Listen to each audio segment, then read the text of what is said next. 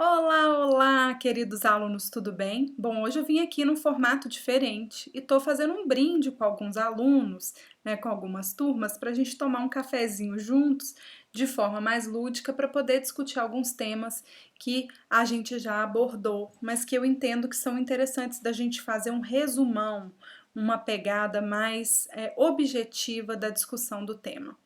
Na última aula, eu mandei para vocês um podcast sobre Idade Média e achei que seria interessante voltar aqui com um vídeo para a gente discutir a Idade Média e o direito antes de entrar necessariamente na percepção de um direito voltado para Estado e para as discussões da história do direito brasileiro.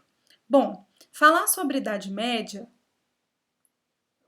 é interessante porque a gente tem um sistema que durante muito tempo foi chamado de Idade das Trevas, né? Que se percebia que o direito talvez ele não tivesse um tratamento científico adequado. E na verdade o que acontece é que a Idade Média ela vem paulatinamente se construindo e se determinando algumas regras gerais em que a gente pode fazer uma leitura de como era o direito nessa época, assim que a gente tem a queda do Império Romano. E evidentemente que mesmo o Império Romano tendo caído, a gente ainda vai ter uma interferência muito grande do direito romano sobre o direito específico da Idade Média. O direito na Idade Média ele segue um padrão muito voltado para a percepção de que Estado e Igreja se misturavam.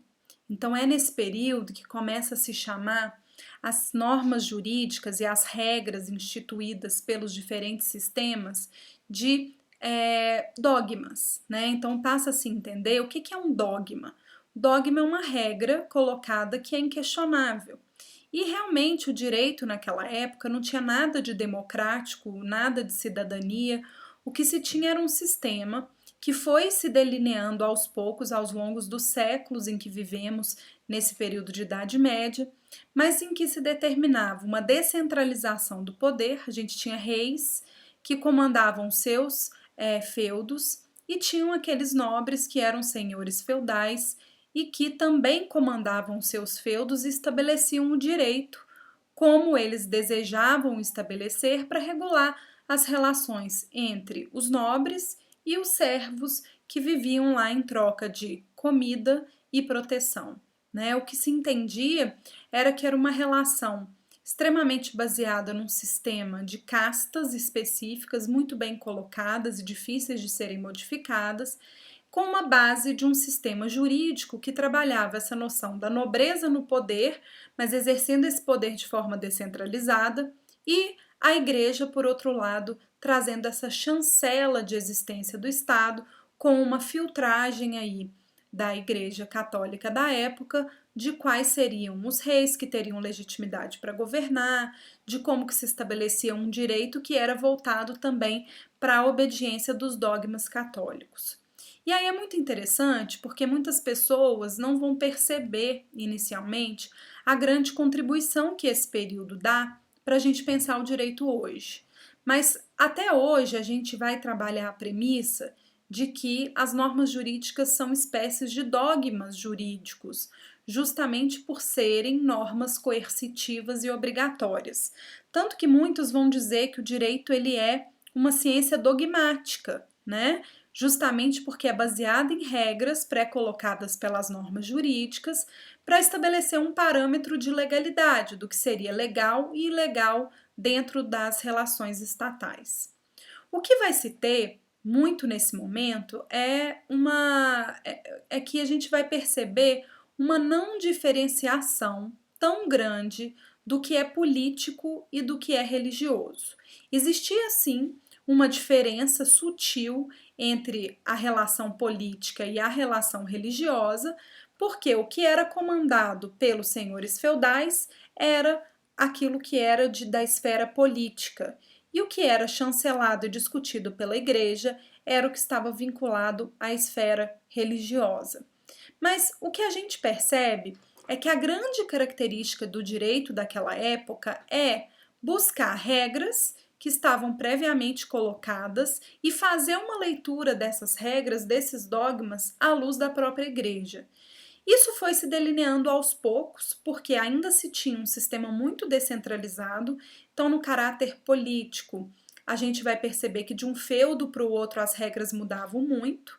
Até hoje a gente percebe que de Estado nacional para Estado nacional as regras se modificam muito, mas agora com outro parâmetro de observação, com uma noção de que cada povo tem as suas regras específicas de gestão dentro do seu território, como fruto da relação da soberania, coisa que vocês devem ter discutido lá na disciplina de teoria do Estado, mas que a gente percebe claramente nessa relação cristã e na relação política na Idade Média, como que haviam buscas de se dizer sobre dogmas fundamentais universais que eram muitas vezes ditados pelo chamado direito canônico, que era um direito que era refletido e construído pela análise filosófica e intelectual da Igreja Católica. O que é importante a gente entender e qual que era o sistema básico da Idade Média, apesar dele ser tão descentralizado e da gente não ter um parâmetro tão adequado de análise? O que era que a gente percebe, e aí fazendo uma observação, evidentemente que a gente está estudando o direito da Idade Média com um olhar a partir da Europa, né? Porque a gente vai analisar aí como que a Europa construiu a sua história naquele momento. O Novo Mundo, durante muito tempo da Idade Média, muitos séculos da Idade Média, ele ainda não tinha sido invadido pelos europeus, que alguns chamam de descoberta, né? Mas o que a gente vai perceber é que o estudo do direito nesse período ele tem uma matriz europeia, justamente por trabalhar esse histórico aí romano, do direito romano e das origens greco-romanas do direito medieval, e essa percepção do olhar histórico a partir do olhar europeu, que é o que a gente acaba tendo como premissa epistemológica da colonização dos povos do chamado Novo Mundo, dos povos das Américas. Nesse período, como que a igreja vai delinear o seu direito? Gente, naquela época pouca gente sabia ler, escrever, tinha acesso a conhecimento, as próprias missas eram rezadas em latim, então se voltava muito mais uma percepção de aceitação de mundo e aceitação de regras sob uma perspectiva de fé. As pessoas seguiam aquilo que era determinado, mas não questionavam e não era uma fé raciocinada. O que se tinha era uma percepção de fé que muitas vezes não tinha a possibilidade de ser muito raciocinada em função da ignorância que era realmente presente na maioria das classes sociais. Mesmo os nobres, muitos deles não tinham tanto conhecimento assim sobre filosofia, política. Aqueles que tinham interesse, gostavam de se desenvolver nisso, faziam, mas muitos deles voltavam-se para uma relação dogmática para seguir a religião e, consequentemente, para poder seguir aí as regras estatais. E aí, quando a gente pensa sobre esse direito, a gente vai perceber que ele também sofre uma grande influência do direito romano. Por quê? Porque quando começou a se pensar na construção de certos códigos para poder se organizar essa sociedade, a Igreja Católica acabou buscando textos romanos de direito, que eram chamados os digestos justinianeus, que eram códigos de condutas de Justino, da época romana, e se pegavam esses códigos, essas regras de gestão do direito, e se analisavam o direito a partir de um olhar católico cristão da Idade Média. Então, o que a gente tinha era a atuação dos juristas, que eram, evidentemente, servidores da igreja, que eram intelectuais ligados à igreja, que pegavam os códigos romanos e faziam uma releitura à luz do pensamento daquela época. E aí o que a gente vai ter nesse sistema é a atuação dos chamados glossadores. Quem que eram os glossadores? Eram esses intelectuais. A gente tem dois grandes exemplos de glossadores que vocês conhecem: Santo Agostinho e, posteriormente, São Tomás de Aquino. Na época de Agostinho, ele remontava os seus estudos jurídicos fazendo uma leitura sob a ótica católico-cristã da época dos ensinamentos e das regras que eram colocadas pelos digestos justinianeus. E ao fazer essa leitura, se determinava uma espécie de direito que era mais uniforme. Cada feudo continuava tendo as suas regras de como que faziam as relações políticas e como que se davam essas relações.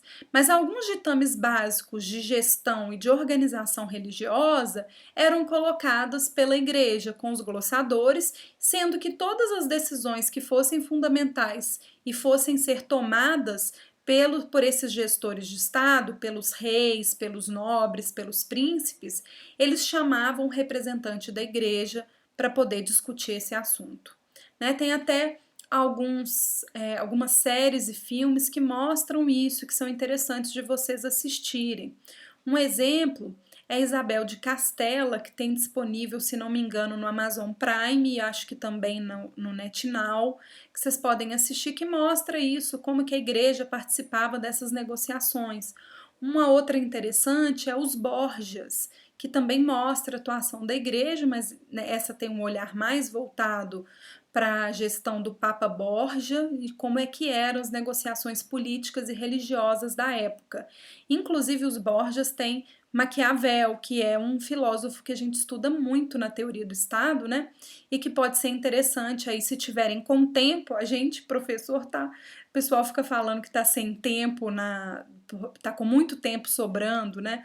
Por causa do isolamento social. E a gente não, eu estou trabalhando sem parar para poder atender vocês e qualquer coisa estamos à disposição, viu? Mas os glossadores, eles eram esses juristas que eram ao mesmo tempo intelectuais da igreja e que faziam harmonização do que eram os códigos romanos, fazendo uma tradução para o pensamento da igreja católica daquela época. E aí, dois grandes exemplos são Santo Agostinho e São Tomás de Aquino. A gente tinha, nessa época, um resgate aí, a gente tem um resgate do direito romano, mas, evidentemente, obedecendo à ideologia da época. Então, a gente tem dois direitos. Se a gente fosse resumir o direito da Idade Média, a gente teria um direito que é voltado para a relação política, descentralizada, determinado por aquilo que os senhores feudais desejavam, e os reis também, e um direito que era mais uniformizado e que era instituído pelos glossadores, que eram os juristas da época da Idade Média, que faziam uma tradução, uma adaptação, uma harmonização dos textos jurídicos romanos para serem aplicados na época da Idade Média, como dogmas basilares das organizações políticas e sociais. Bom, é isso. Eu vim aqui fazer um resumão para vocês daquele podcast grandão que eu fiz. Lá eu faço mais reflexões, mais aprofundamentos, mas eu sei também que tem gente que já me falou que sente falta, né, desse contato. Então, vim aqui bater esse papo e lançar esse resumo de aula para vocês do que é fundamental de pensar sobre o direito na Idade Média. Até a próxima aula, um abraço, se cuidem e tchauzinho!